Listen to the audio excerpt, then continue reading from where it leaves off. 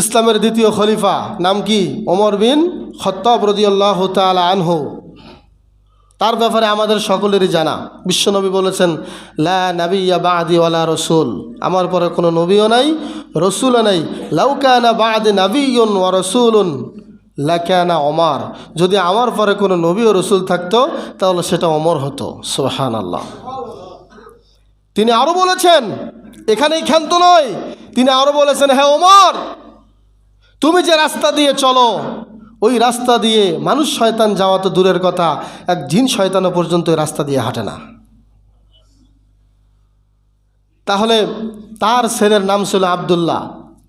তিনি একদা সুনানে তিরমিজির মধ্যে এসেছে 2032 নম্বর হাদিস, তিনি একদিন নাজারা ইয়াওমান ইলাল কাবা আই বাইতুল আতিক, অর্থাৎ আই বাইতুল্লাহ, তিনি বাইতুল্লাহ ঘরের দিকে একবার লক্ষ্য করলেন, একটু দৃষ্টি দিলেন। দৃষ্টি দিয়ে তিনি বললেন, অকালা, তিনি বললেন, মা আযমাকি ওয়া আযমু হুরমাতাক, হে কাবাঘর, হে বাইতুল্লাহ, তোমার কতই না সম্মান, তোমার এত ইজ্জত আল্লাহ তোমাকে দিয়েছে, কিন্তু শুনে রেখো, অল মুমিনু আযমু হুরমাতান ইনদাল্লাহি মিনকি, আমি আব্দুল্লাহ ইবনে ওমর এটা বলতে চাই, তোমার চেয়ে আল্লাহর কাছে একজন মুমিনের দাম আরও বেশি। সুবহানাল্লাহ। চিন্তা করেছেন, কাবাঘরের চেয়ে, মক্কার কাবাঘরের চেয়ে আমাদের কাছে কোনো কিছুর সম্মান আছে বেশি? পৃথিবীর মধ্যে সবচাইতে বেশি সম্মানের জায়গা হলো আমাদের কাছে কাবাঘর। সেই কাবাঘরকে লক্ষ্য করে ওমর বিন খাত্তাবের ছেলে বলছে, হে কাবাঘর, আমি যদি না শুনতাম, না দেখতাম বিশ্ব নবী আপনাকে চুম্বন করছেন, এটা যদি নবী না করতেন আমি তোমাকে চুমু দিতাম না, কারণ তুমি আমার কোনো ক্ষতি করতে পারবে না, তুমি আমার কোনো উপকারও করতে পারবে না, কিন্তু তোমার এত সম্মান, তুমি মনে রেখো, তুমি জেনে নিও, একজন মুমিনের চেয়ে সম্মান তোমার কাছে এক চুলো বেশি নয়। সুবহানাল্লাহ। তাহলে একজন মুমিনের সম্মান একটা কাবাঘরের চেয়ে আল্লাহর কাছে বেশি, বলেন সুবহানাল্লাহ। তাহলে চিন্তা করেন, অন্য হাদিসে বিশ্বনবী বলেছেন, সিবাবুল মুসলিমি ফুসুক ওয়া কিতালুহু কুফর, একজন মুসলিমকে গালি দেওয়া ফাসিকি কাজ এবং তাকে হত্যা করা কুফরি কাজ। একজন মুসলিমকে কেউ যদি গালি দেয় তাহলে সে একজন ফাসিক, সে পাপাচার, সে পাপাচারী ব্যক্তি, সে একজন একদম একটা নিম্ন শ্রেণীর মানুষ। ওয়াকিতালুহু কুফরুন, আর তাকে হত্যা করা তো দূরের কথা, হত্যা করার সাথে সাথেই সে কাফের হয়ে যায়, দিন থেকে বাতিল হয়ে যায়। সুবহানাল্লাহ। সম্মানিত উপস্থিতি, এই জন্য সুনানে তিরমিজির মধ্যে আরেকটি হাদিস পাওয়া যায়, 1395 নম্বর হাদিস। বিশ্বনবী নবী মুহাম্মদ রাসূলুল্লাহ সাল্লাল্লাহু আলাইহি ওয়াসাল্লাম বলেছেন, লা যাওয়ালুদ দুনিয়া আহওয়ালু আলাল্লাহি মিন কতলি রাজুলিন মুসলিম, একজন মুসলিম মুমিন ব্যক্তিকে হত্যা করার চাইতে আল্লাহর কাছে সহজ হলো গোটা দুনিয়া ধ্বংস হয়ে যাওয়া। সুবহানাল্লাহ বললেন না? গোটা দুনিয়া ধ্বংস হয়ে যাওয়া আল্লাহর কাছে সহজ, কিন্তু একজন মুমিনকে হত্যা করা আল্লাহ বরদাস্ত করবেন না। একজন মুমিন বেঁচে থাক, গোটা দুনিয়া ধ্বংস হয়ে যাক, আল্লাহ এটাই পছন্দ করেন, কিন্তু গোটা দুনিয়া ঠিক থাকুক, একজন মুমিন হত্যা হয়ে যাক, এটা আল্লাহ পছন্দ করেন না। সুবহানাল্লাহ। আপনারা সকলেই জানেন, যখন মাদ্রাসার ছাত্ররা মাদ্রাসায় আসে তখন ফেরেশতারা কি করে, তাদের পাখাগুলো বিছায়া দেয়। এটা কি জন্য দেয়? এটা এই জন্যই দেয়, তারা মুমিনের কাতারে উঠতেছে। সুবহানাল্লাহ বললেন না? তারা ইসলামের কাতারে উঠতেছে, তাদের এত সম্মান, তাদের এত মর্যাদা, ফেরেশতারা তাদের রহমতের পাখা বিছিয়ে দেয়, ওই পাখার উপর দিয়ে পা দিয়ে এই ছাত্ররা মাদ্রাসায় দ্বীনি ইলম শিক্ষা করতে যায়। সুবহানাল্লাহ। তাহলে মুমিনের দাম, মুমিনের মূল্য আমাদের কাছে কম হবে না বেশি হবে? বেশি হবে। যেটা আল্লাহর কাছেও কম না বেশি? বেশি। এরপরে অন্য হাদিসে বিশ্বনবী নবী মুহাম্মদ রাসূলুল্লাহ সাল্লাল্লাহু আলাইহি ওয়াসাল্লাম বলেছেন, এই হাদিসটি অনেকগুলো কিতাবে এসেছে, বিশেষ করে ইমাম বাইহাকি শুআবুল ঈমানের মধ্যে 4938 নম্বর হাদিস, এবং এরপরে তাবরানি ফিল আওসাতের মধ্যে হাদিসটি এসেছে 1421 নম্বর হাদিস। এরপরে সুনানে তিরমিজির মধ্যে 1398 নম্বর হাদিস। এরপরে তাবরানি ফিল সগরের মধ্যে 565 নম্বর হাদিস এবং সহিহ আল জামির মধ্যে 524 নম্বর হাদিস। বিভিন্ন গ্রন্থে হাদিসটি এসেছে। হাদিসের ব্যাপারে কোনো সন্দেহ নাই। বিশ্বনবী বলেছেন, শোনো, বিশ্বনবী বলেছেন, হ্যাঁ আমার সাহাবীরা শুনে রেখো, লাউ আন্না আহলুস সামাই ওয়াল আরদি ইশতারাকু ফি দামিম মুমিন আই ফি দামিম মুসলিমিন লাকাব্বাহুমুল্লাহু ফিন্নার। হে আমার সাহাবীরা শুনে রেখো, যদি আসমানের সমস্ত ফেরেশতারা এবং জমিনের যত অধিবাসী আছে, জমিনবাসী এবং আসমানবাসীরা সবাই মিলে যদি ফি দামিম মুমিন ইশতারাকু ফি দামিম মুমিন একজন মুমিনের রক্ত প্রবাহিত করার ব্যাপারে পরামর্শ করে, এক হয়ে যায় পুরো আসমানবাসী এবং পুরো জমিনবাসী, আসমান জমিনের যারাই আছে সবাই মিলে যদি একজন মুমিনকে হত্যার ব্যাপারে শামিল হয়, পরামর্শ করে, বিশ্বনবী নবী মুহাম্মদ রাসূলুল্লাহ সাল্লাল্লাহু আলাইহি ওয়াসাল্লাম বলেছেন, লাকাব্বাহুমুল্লাহু ফিন্নার, আল্লাহ সকল আসমান এবং জমিনবাসীর পাটা ওপর দিকে করে মাথাটা নিচের দিকে করে একসাথে সকলকে জাহান্নামে দিবেন একজন মুমিনের কারণে। যদি গোটা আসমানবাসী গোটা জমিনবাসী একজন মুমিনকে হত্যা করার জন্য যদি তারা পরামর্শ করে, পরামর্শ করে, তাহলে আল্লাহ তাআলা পুরো আসমান এবং জমিনবাসীকে উপর করে পাটা উপর দিকে গিয়ে মাটা নিচের দিকে দিয়ে আল্লাহ তাআলা জাহান্নামে নিক্ষেপ করবেন। বলেন নাউজুবিল্লাহ। তাহলে মুমিনের দাম কম না বেশি? একজন মুমিনের কারণে গোটা আসমানবাসী জাহান্নামী, একজন মুমিনের কারণে গোটা জমিনবাসী জাহান্নামে যাবে যদি তারা একজন মুমিনের হত্যার পরিকল্পনা করে। এরপরে আরেকটি হাদিস এসেছে আবু হুরায়রা রাদিয়াল্লাহু তাআলা আনহু থেকে বর্ণিত। এই হাদিসটি সহিহ মুসলিমের মধ্যে এসেছে। বিশ্বনবী বলেছেন, শোনো আমার সাহাবীরা, মান নাফাসা আন মুমিনিন কুরবাতাম মিন কুরাবিদ দুনিয়া নাফাসাল্লাহু আনহু কুরবাতাম মিন কুরাবি ইয়াউমিল কিয়ামা। হে আমার সাহাবীরা, যদি কোনো ব্যক্তি কোনো মুমিন ব্যক্তির, যদি কোনো ব্যক্তি কোনো মুমিন বান্দার দুনিয়ার কোনো কষ্ট দূর করে দেয়, দুনিয়ার কোনো কষ্ট দূর করে দেয়, লোকটা যদি মুমিন হয়, এই মুমিন ব্যক্তির কষ্ট দূর করে দেওয়ার কারণে নাফাসাল্লাহু আনহু কুরবাতাম মিন কুরাবি ইয়াউমিল কিয়ামা, এই ব্যক্তিরও পরকালে একটা কঠিন, এই পরকালে একটা কষ্ট আল্লাহ দূর করে দিবেন। সুবহানাল্লাহ। কিন্তু লোকটা হতে হবে মুমিন। একজন মুমিনের উপকার করলে আল্লাহ তাআলা পরকালের দিনে, পরকালে আল্লাহ তাআলা তার উপকারে কাজে আসবেন। বলেন সুবহানাল্লাহ। পরের বাক্যে বিশ্বনবী বলেছেন, ওয়ামান ইয়াসসারা আলা মুসিরিন ইয়াসসারাল্লাহু ফিদ দুনিয়া ওয়াল আখিরাহ।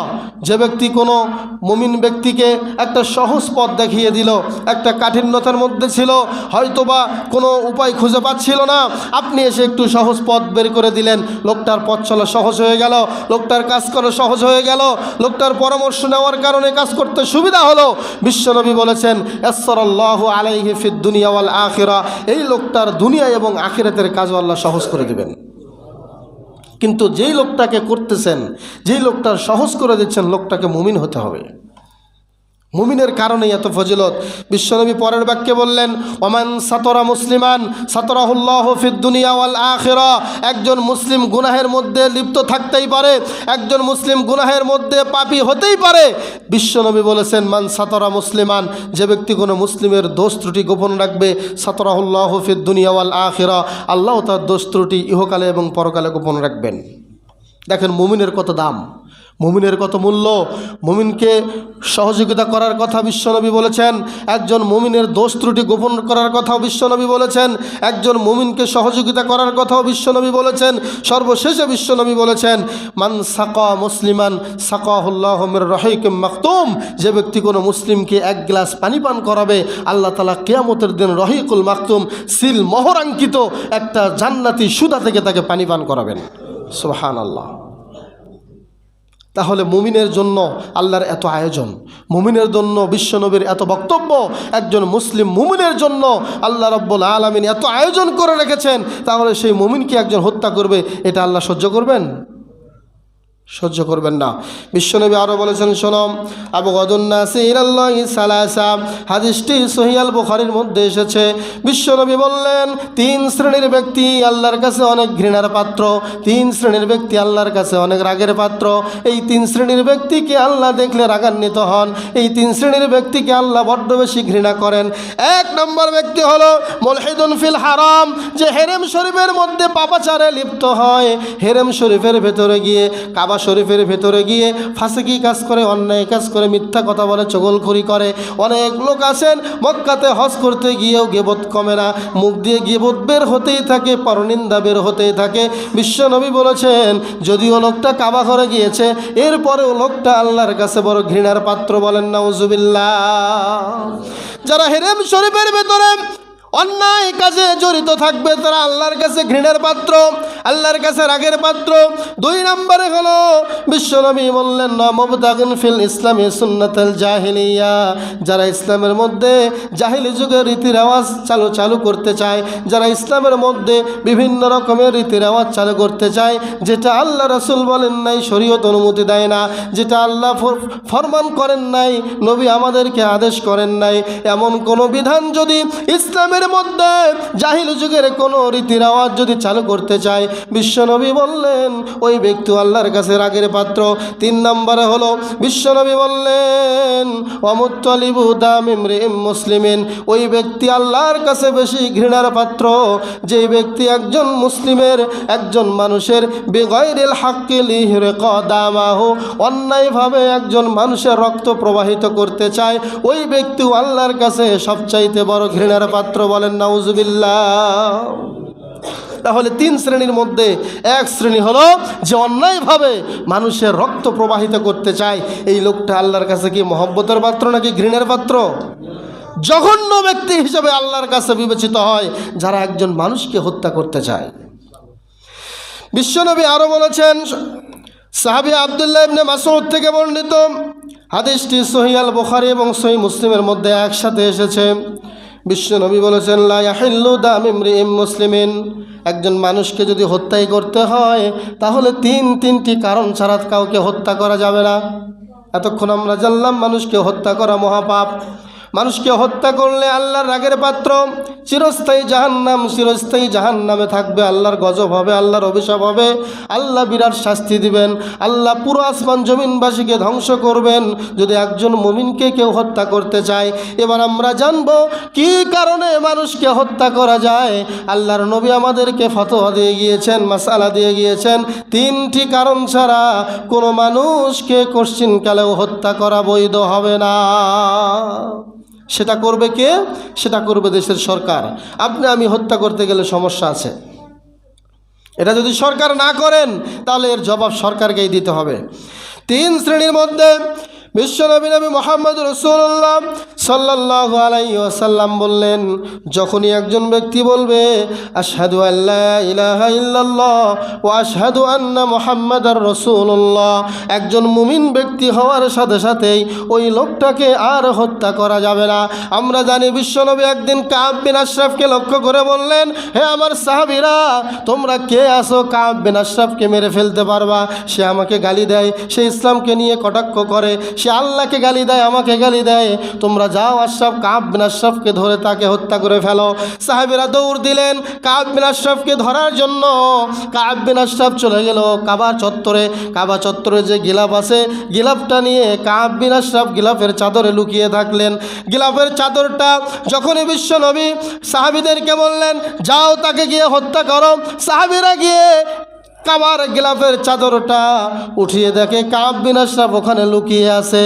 সে মুখ দিয়ে বলতেছে আশহাদু আল্লা ইলাহা ইল্লাল্লাহ ওয়া আশহাদু আন্না মুহাম্মাদার রাসূলুল্লাহ। যখন সাহাবীরা এই কথা শুনলো, কালেমা শাহাদাতের বাক্য তার মুখে শুনলো, এরপরেও সাহাবীরা তাকে খঞ্জর দিয়ে আঘাত করে সেখানে এই দুনিয়া থেকে বিদায় করে দিল। বলেন সুবহানাল্লাহ।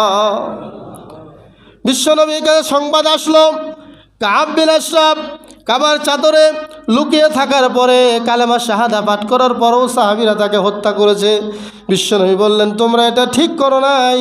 হে আমার সাহাবীরা, তোমরা কি তার অন্তরটা ফেরে দেখেছো নাকি? সে সত্যি সত্যি কালেমা পড়েছে নাকি সে মিথ্যা কালেমা পড়েছে। সাহাবীরা বলল, ইয়া রাসূলুল্লাহ, আমরা তো এটা জানতে পারি সে হত্যার থেকে বাঁচার জন্য, হত্যা যাতে আমরা তাকে না করি এই জন্য কালেমা পড়েছে। বিশ্বনবী বললেন, যদিও সে মুখ দিয়ে উচ্চারণ করেছে, সাথে সাথে তোমাদেরকে হত্যা থেকে দূরে থাকতে হতো। এই কাব বিন আশরাফকে এভাবে হত্যা করা তোমাদের ঠিক হয় নাই। বলেন সুবহানাল্লাহ। বিশ্বনবী বললেন, যখনই একজন ব্যক্তি কালেমা শাহাদা পড়বে, সে মুসলিমের কাতারে চলে আসলো, তাকে আর হত্যা করা যাবে না। কিন্তু তিনটি কারণে মানুষকে হত্যা করা যায়। ইল্লা বিইহদা সালাসিন, তিনটি কারণে হত্যা করা যায়। এক নম্বর হলো আস-সাইয়্যিবুজ জানি, বয়স্ক এবং বৃদ্ধ এবং বৃদ্ধা নারী পুরুষ যারা বিবাহের পরেও জিনায় লিপ্ত হয়েছে, এদেরকে দুনিয়া থেকে হত্যা করতে হবে। এই কাতারে অনেক মানুষ আছে বিবাহের পরেও পরকীয়ায় লিপ্ত হয় না, অনেকে হয়। প্রিয় ভাইয়েরা আমার, এই স্বভাব যদি আমাদের কারো থাকে, এটা বেঁচে থাকতে হবে, কারণ এটা হত্যাযোগ্য একটা অপরাধ। এই অপরাধের সাথে যারা সামিল হবে অচিরেই তাদেরকে এই পাপ থেকে ফিরে আসতে হবে। নচেত প্রকাশ হয়ে গেলে, সমাজে প্রকাশ হয়ে গেলে, দেশে বা রাষ্ট্রে প্রকাশ হয়ে গেলে রাষ্ট্র বাধ্য তাকে হত্যা করতে হবে। এ হলো এক নম্বর ব্যক্তি। দুই নম্বর ব্যক্তি হলো ওই ব্যক্তিকে হত্যা করতে হবে অন্নাফসু বিন নাফসি, অন্যায়ভাবে হত্যা করেছে। এই যে হাদির খুনি যে সে আল্লাহর আদালতে সে এখন হত্যার যোগ্য অপরাধ করেছে, তাকে যেখানেই পাওয়া হবে সেখানেই থেকে নিয়ে এসে জনসমুদ্রে তাকে হত্যা করতে হবে। এটাই আল্লাহর ফয়সালা। আর নাফসু বিন নাফস, সে হত্যা করেছে, সে হত্যাকারী, তাকেও হত্যা করতে হবে। এই ফতোয়া কে দিয়েছেন? বিশ্বনবী মুহাম্মদ রাসূলুল্লাহ সাল্লাল্লাহু আলাইহি ওয়াসাল্লাম। তাহলে অন্যায়ভাবে কেউ যদি কাউকে হত্যা করে তাকেও হত্যা করতে হবে। এটা হলো দুই নম্বর। তিন নম্বরে হলো ওই ব্যক্তিকে হত্যা করতে হবে আত-তারিকু লিদ্দীনিহি আই আল মুফারিকু লিল জামাআ, তার মানে মুসলিম জামাত ছেড়ে, ইসলাম ধর্ম ছেড়ে যারা অন্য ধর্মে যাবে তাদেরকেও হত্যা করতে হবে। কে বলেছেন? বিশ্বনবী মুহাম্মদ রাসূলুল্লাহ সাল্লাল্লাহু আলাইহি ওয়াসাল্লাম। আমাদের ধর্ম ত্যাগ করে হিন্দু ধর্ম গ্রহণ করলে তাকে বেঁচে রাখার অধিকার নাই, তাকে হত্যা করতে হবে। সম্মানিত উপস্থিতি, তাহলে এই তিনটির মধ্যে, এই যে তিনটি, বিবাহিত নারী পুরুষ, অন্যায়ভাবে হত্যাকারীকে হত্যা করা হবে, বিবাহিত নারী পুরুষকে জেনায় লিপ্ত হলে হত্যা করতে হবে, এবং সর্বশেষ দিন থেকে যারা মুরতাদ হয়ে যাবে, দিন পরিত্যাগ করবে, তাদেরকে হত্যা করতে হবে। আমার প্রশ্ন হলো, শরীফ ওসমান হাদি তিনটির মধ্যে কোনটার মধ্যে ছিল? আমি একটু জানতে চাই। শরীফ ওসমান হাদি কি জেনায় লিপ্ত ছিল? শরীফ ওসমান হাদি কি অন্যায়ভাবে একজনকে হত্যা করেছিল? শরীফ ওসমান হাদি কি এই যে দিন থেকে সে মুরতাদ হয়ে গিয়েছিল?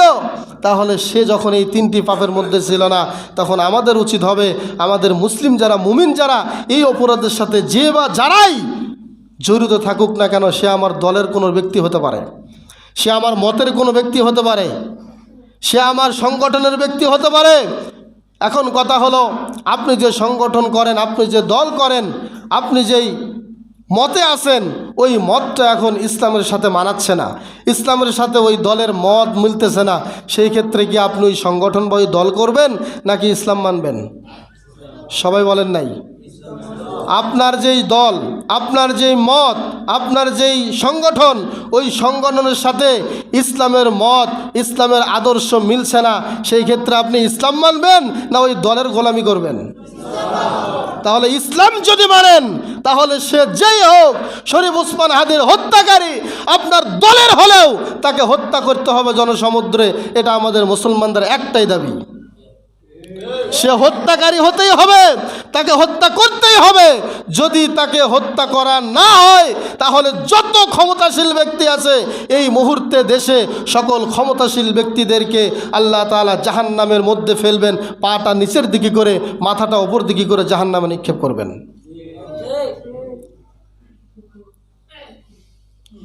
আল্লাহ তাআলা এই কথা বলার পরে, বিশ্বনবী এই কথা বলবার পরে অনেক সাহাবীরা চিন্তায় বিভোর হয়ে গিয়েছিলেন যে না জানি আমাদের মধ্যে কোন ব্যক্তি, কোন সাহাবী, কোন এই তিনটির মধ্যে কোন অপরাধে যুক্ত হয়েছে। সম্মানিত উপস্থিতি, আল্লাহ তাআলার কাছে একজন মানুষের মাঝে, একজন মানুষের জন্য যদি এত আমরা সম্মান দেখি, তাহলে একজন মুমিন মুসলিমের সম্মান কিন্তু আল্লাহর কাছে এত বেশি, যেটা আমরা কল্পনাও করতে পারবো না। আমরা হাদিস কোরআন থেকে দিন রাত বক্তব্য দিয়েও আমরা শেষ করতে পারবো না। দেখুন, একজন সাহাবী মাথায় আঘাত পেয়েছে, জখম হয়েছে, মুসনাদে আহমদের হাদিস। সাহাবীরা তার কাছে গেলেন, যাবার পরে ওই ব্যক্তি বলল যে আমার তো মাথায় জখম হয়েছে, আমি যদি এখন গোসল করি, আমার এখন গোসলও করতে হবে, যদি গোসল করি তাহলে হয়তোবা আমার এই পানি এখানে প্রবেশ করে পানি ঢুকে গিয়ে আমার কোনো সমস্যা হতে পারে। দেখেন একজন মুসলিমের দাম কত, আল্লাহ রাসূল কত মূল্য দিয়েছেন। তখন ওই সাহাবীদেরকে উনি প্রশ্ন করলেন যে এই ক্ষেত্রে আমার তো ফরজ গোসলও করতে হবে, এদিকে আমার শরীর জখম হয়েছে, যদি আমি মাথায় পানি দেই তাহলে তো আমার পানি ঢুকলে সমস্যা হতে পারে, এখন আমি কি করতে পারি? তো সম্মুখে যে সাহাবীরা কয়জন ছিল, সঙ্গী সাথী যারা ছিল, তারা বলছিলেন যে আপনাকে ফরজ গোসল করতেই হবে, নচেত আপনার ইবাদত কবুল হবে না। তিনি গোসল করলেন, একটু পরে তিনি মারা গেলেন। সংবাদ বিশ্বনবীর কাছে চলে গেল। বিশ্বনবীর কাছে যাওয়ার পরে বিশ্বনবী বললেন কি হয়েছিল ঘটনা? তখন সবাই ঘটনাটা খুলে বলল। তখন বিশ্বনবী আফসোস করে বললেন, আহারে, তোমরা তাকে নিজের হাতে হত্যা করলে কতালাহুমুল্লাহ কতালুহু ফাকাতালাহুমুল্লাহ, তোমরা তাকে হত্যা করলে আল্লাহ তোমাদেরকে হত্যা করুক। বলেন নাউজুবিল্লাহ। বিশ্বনবী কথাটা এইভাবে বলেছিলেন যে তোমরা তাকে হত্যা করলে আল্লাহ তোমাদেরকে হত্যা করুক। কারণ বিশ্বনবী এটা চাচ্ছিলেন না, সে যেহেতু অসুস্থ ব্যক্তি ছিল, সে তায়াম্মুম করে নিয়ে, সে ওযু করে নিয়ে সে সালাতে দাঁড়াইলেই আল্লাহ তার সালাত কবুল করে নিত। সুবহানাল্লাহ। একজন মুমিন যাতে হত্যা না হয়, একজন মুমিন যাতে মারা না যায়, তার আত্মার উপরে যাতে কষ্ট না হয়, এই জন্য আল্লাহ ফরজ গোসলটাকেও ছাড় দিয়েছেন। বিশ্বনবী ফরজ গোসলটাকেও সময়ও উপযোগী করে তাকে সুযোগ দিয়ে দেন। আর একজন মানুষকে অন্যায়ভাবে হত্যা করা, এটা আমরা মুসলমানরা কোনোদিন সহ্য করতে পারি না। সুতরাং আপনার ছেলে, আপনি মুসলিম, আপনার ছেলে মুসলিম, আপনার পরিবার মুসলিম, সবাই মুসলিম, সকলেই সকলকে সম্মান করতে শিখুন, সকলে একজন মুমিনকে রেসপেক্ট করতে শিখুন, শ্রদ্ধা দিতে শিখুন। সবাইকে যদি আমরা মর্যাদা দেই, স্নেহ দেই, অবশ্যই স্নেহের চাদরে এবং শ্রদ্ধার চাদরে সবাই থাকলে সমাজে বা রাষ্ট্রে কোশ্চিনকালেও কোনো দ্বিমত সৃষ্টি হবে না।